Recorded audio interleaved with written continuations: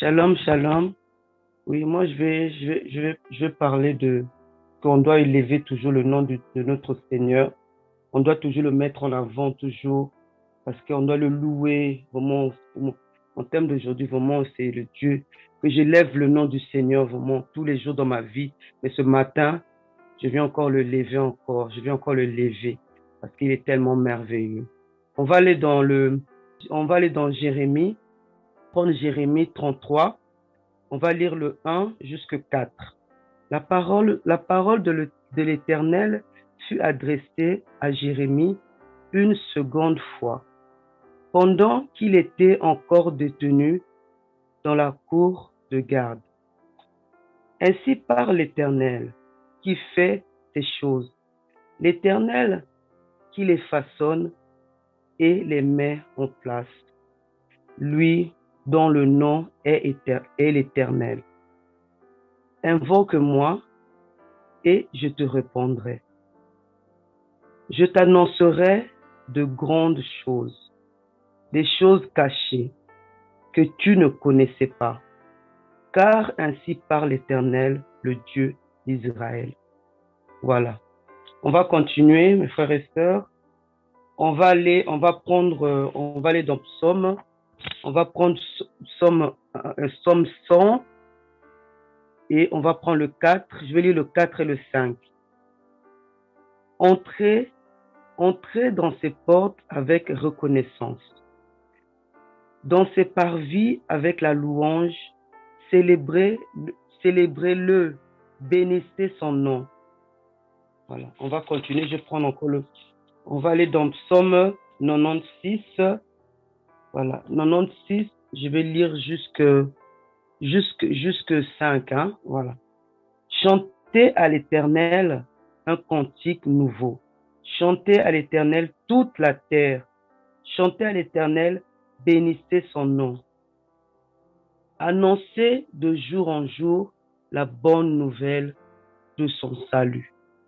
Racontez parmi les nations sa gloire, parmi tous les peuples ses merveilles. Car l'Éternel est grand et très digne de louange. Il est redoutable plus que tous les dieux, car tous les dieux des peuples sont de faux dieux. Voilà, j'ai fini là. Je voulais dire qu'on doit toujours prier notre Seigneur. Notre vie est dans la main du Seigneur.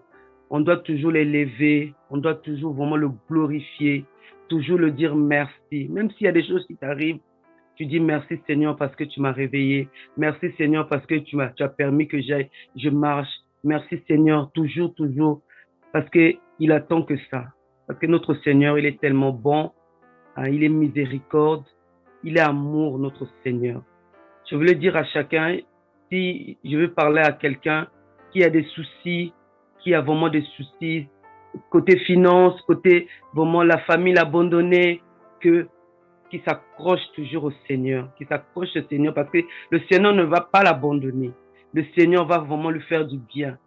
Au contraire, accroche-toi. Tu es toujours là avec le Seigneur. Le Seigneur va te montrer encore des miracles. Il va te faire encore plus de choses que toi-même tu vas t'étonner. Tu vas commencer même à témoigner même. Tu vas t'étonner, tu vas dire, oh, mais j'étais là, j'avais rien. Regardez-moi comment je suis devenu. Hein? Regardez-moi comment je suis devenu. Je suis devenu quelqu'un de bien. J'avais pas une femme. Hein? Le Dieu m'a donné une femme. Hein? J'avais pas un mari. Le Dieu m'a donné un mari. J'ai eu des enfants. Regardez comment le Seigneur, oui, le Seigneur est toujours là. Il est toujours là. Il fait toujours des miracles. Ne l'abandonnons pas le Seigneur. Soyons toujours reconnaissants partout, toujours dans nos vies. C'est ce que je voulais dire ce matin. Vraiment que notre Seigneur soit béni, notre Seigneur soit loué de son amour parmi nous, quoi. Amen. Amen, gloire à Dieu. Sois béni, ma soeur. Vraiment pour ce qui nous fortifie puissamment. Je laisse la parole à notre bien-aimé Fataki. Ok, merci. Et nous allons lire alors la parole de Dieu. Nous sommes dans 1 Timothée chapitre 4 et je lirai aussi des Timothée chapitre 3, du verset 1er au verset 5. Et 1 Timothée 4, je vais lire les 2 premiers versets. L'Esprit Saint les dit clairement, dans le dernier temps, certaines abandonneront la foi, ils suivront les idées fausses et les enseignements qui viennent des esprits mauvais. Des gens faux et menteurs tromperont par leurs paroles. Ces gens-là ont une conscience marquée par l'erreur comme au fer rouge. Et je prends 2 Timothée rapidement, chapitre 3, le verset 1 à 5. Tu dois les savoir, dans les derniers jours, il y aura des moments difficiles. Les gens seront égoïstes, amis de l'argent, ils se vanteront, ils seront orgueilleux, ils insulteront Dieu, ils désobéiront à leurs parents, ils ne seront plus capables de dire merci, ils ne respecteront plus des choses de Dieu, ils seront durs, sans pitié, ils diront du mal des autres, ils mèneront une vie des désordres et ils seront cruels, ennemis du bien, ils traiteront les autres et ils seront violents, orgueilleux, ils rendront avec les aimeront, ils aimeront le plaisir au lieu d'aimer Dieu et ils feront semblant d'être fidèles à Dieu, mais en réalité, ils rejetteront la puissance de la foi. Tourne les dos à ces gens-là. Parole du Seigneur. Et j'aimerais partager, et si je peux intituler notre exhortation, et voir l'avenir avec les yeux de la Bible.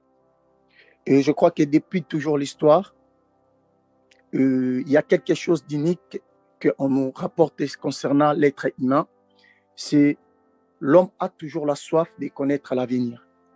Donc voilà pourquoi depuis toujours, on a eu plusieurs, il y a eu plusieurs courants. Il y a eu des gens ont consulté des astrologues, ils ont consulté des magiciens, des charlatans. Pourquoi? Parce que le cœur de l'homme a la soif de connaître l'avenir. Et alors, comme je parle sur voir l'avenir avec les yeux de la Bible, j'aimerais nous donner simplement cette certitude et que Dieu a la connaissance de l'avenir. Dieu maîtrise bien, très bien l'avenir. Dieu connaît ce qui va arriver après 10 ans, après 5 ans, après 20 ans de l'histoire. Malgré aujourd'hui, on a plusieurs études concernant l'avenir. Actuellement, il y a des centres d'études dans presque beaucoup de domaines qui font des études pour connaître ce qui va arriver 50 ans après, et avant 50 ans après, 30 ans après. Nous sommes encore dans 2022. Il y a déjà des études qui se font concernant 2030, 2035, comment le monde sera, ainsi de suite. Il y aura carence de ceci, il y a beaucoup d'études qui se font, bien aimés, dans plusieurs aspects et domaines de la vie. Et je ne suis pas contre, mais étant enfant de Dieu, moi je crois que notre meilleure lunette que nous pouvons, bien aimés, utiliser pour regarder l'avenir, bien aimé, c'est la parole de l'Éternel. Et pourquoi? Parce que la parole de Dieu est fiable. Je nous donnerai, malgré nous n'allons pas lire. Et si on prend par exemple dans le livre de Michée, Michée chapitre 5, le verset 2, et Luc chapitre 2, le verset 4 à 7. Là, le prophète Michée nous parlait déjà de la naissance de Jésus. Il y a beaucoup de siècles avant. Il nous disait comment il va naître à Bethléem. Mais là, on est, je crois, combien, entre 8 ou 9 siècles avant la naissance de Christ. Le prophète a annoncé des choses. Le prophète a prophétisé sur l'avenir du Seigneur, sa naissance même. On a vu cette réalisation de la prophétie. On a vu même un événement qui était inhabituel qui s'est produit.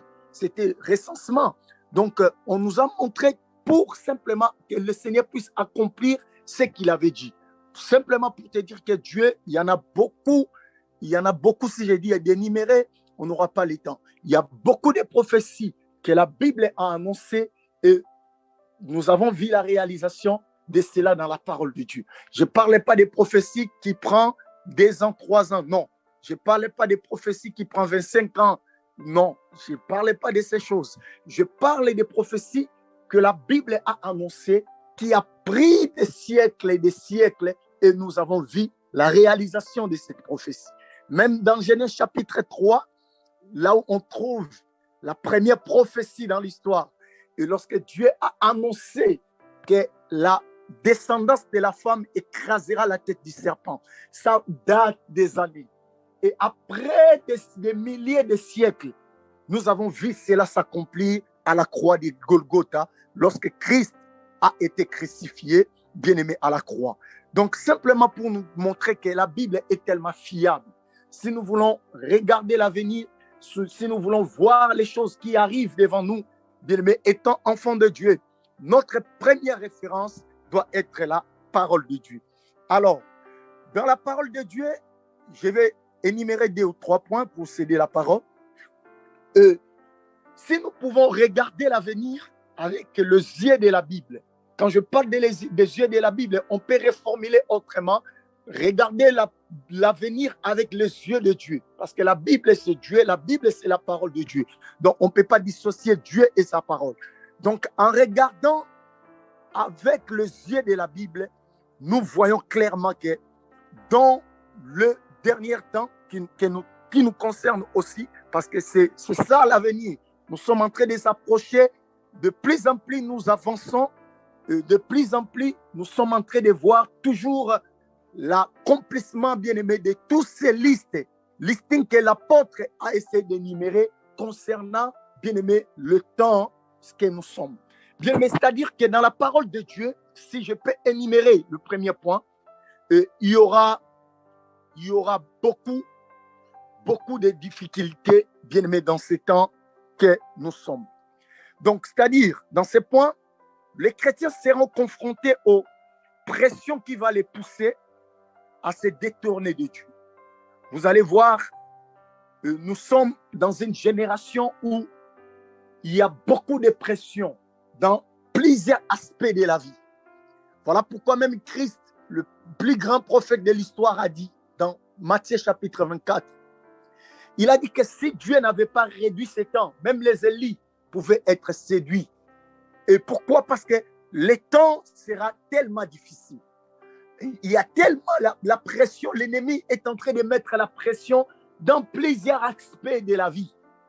Donc, tout le monde est pressé avec l'avancement de la technologie. Les téléphones sortent aujourd'hui. Tout le monde veut en procurer. Les enfants de Dieu ont des tristesses parce qu'ils n'ont pas ces téléphones. Nous voyons beaucoup des habits. Beaucoup des enfants, ils perdent leur virginité à cause simplement de trouver un téléphone iPhone parce qu'ils n'ont pas d'argent. Nous voyons, bien aimés, des gens vendre leur âme, bien aimés, pour, bien aimés, s'acheter une simple voiture, bien aimés, qui peut faire accident aujourd'hui et demain, ça n'existe plus. Bien aimés, nous avons toutes ces pressions autour de nous dans ces temps que nous sommes. Lorsque nous regardons l'avenir, parce qu'au fur et à mesure, nous avançons dans les temps, parce que la souffrance et le temps, ça varie inversement proportionnel dans les temps de la fin. Donc, au fur et à mesure, nous progressons dans les temps, au fur et à mesure aussi, la souffrance aussi devient dure. Le temps avance, la souffrance se multiplie davantage, bien-aimés, dans ces temps de la fin que nous sommes. Voilà pourquoi, étant enfants de Dieu, nous devons être préparés à certaines choses pour que nous ne soyons pas étonnés. Tel que moi aujourd'hui, si je vois un ami être trahi par son ami, ça ne m'étonne pas. Si je vois un pasteur abandonner la foi, ça ne peut pas toucher à ma foi. Si je vois aujourd'hui les enfants de Dieu s'empoisonnent entre eux, ça choque, mais ça ne peut pas déranger ma foi. Parce que je comprends simplement que ce qui a été écrit par la parole est en train d'être réalisé. Donc, étant aussi enfants de Dieu, nous devons regarder l'avenir avec le yeux de la parole de Dieu. Parce qu'aujourd'hui, beaucoup, ils abandonnent l'église parce qu'il a été maltraité à l'église. Mais quand tu retournes à la parole, qu'est-ce que la Bible nous dit? Au dernier temps. Donc, on nous présente, bien-aimé, la liste, bien-aimé, des choses qui vont se passer. Comme je disais, qu'on n'a pas le temps pour énumérer toutes ces choses. Mais quand tu regardes la liste de ces choses, tu vas comprendre que oui, dans ces temps de la fin, la seule chose que je peux faire, c'est de préserver ma foi et de me conserver. de ne pas laisser être séduit par les hommes. C'est ça même la parole de Christ. Parce qu'on aura beaucoup de pression. On dit que le papa, il va haïr son fils. La belle-mère haïra sa belle-fille. Ainsi de suite, c'est inverse. Donc, c'est un temps très difficile. On aura beaucoup de pression, bien aimé, qui va causer beaucoup de dégâts. Et ce qui est très spécifique dans ce temps est que avant, je croyais, quand j'étais encore ignorant, quand on nous parlait de la fin du monde, moi, je croyais que c'était des engins, et plutôt des engins qui seront mis en place. Et c'est ça qui va, bien aimé, détruire la vie des hommes ici-bas. Mais quand j'ai grandi, j'ai compris que le plus grand problème, bien aimé, dans l'avenir de l'être humain, c'est la race humaine lui-même. Ce n'est pas d'abord tout ce qui se font là, non. C'est d'abord l'homme. Parce que tout ce qui tourne, même l'avancement de la technologie, tout ce qui tourne dans le monde, c'est fabriqué par l'homme. Donc, le plus grand problème dans cette génération que nous sommes, c'est nous-mêmes, l'être humain. Donc, Paul est en train de nous parler, la race humaine va perdre beaucoup de choses en lui. Au point où même les affections naturelles, bien, mais l'homme va les perdre en lui lorsque nous sommes en train de progresser dans la vie. Le temps va arriver où c'est déjà là, on le voit. Une maman, il peut avorter. Il dit que la loi nous a autorisé de faire ceci à cause de la loi. Donc, tu vois que l'homme a commencé déjà à perdre les affections naturelles. C'est-à-dire, étant humain, on a des affections qui sont liées à nous étant être humain. On ne parle pas d'abord de la présence de Dieu dans la vie de l'homme. Non, naturellement, que l'homme soit sorcier ou pas, et il connaisse Jésus ou pas, l'homme a des affections naturelles en lui.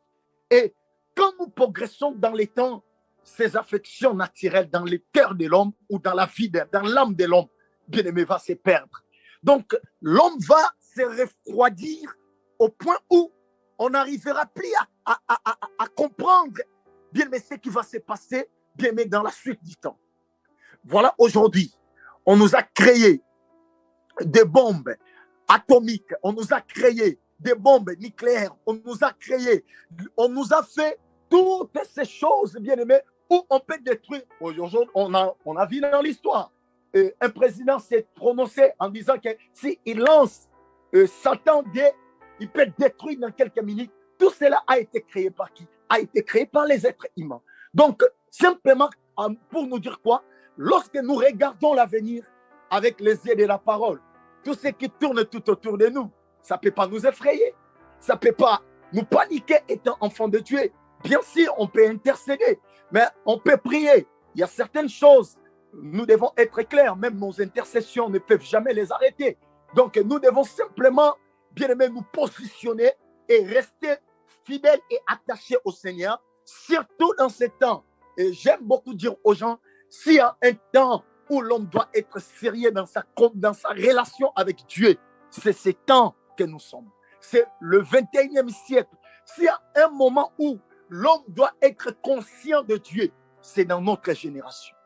Parce que c'est une génération très complexe et très compliquée. Donc voilà, je vais essayer de citer par là et que le bon Dieu nous bénisse et que le Seigneur bénisse aussi sa parole. Merci.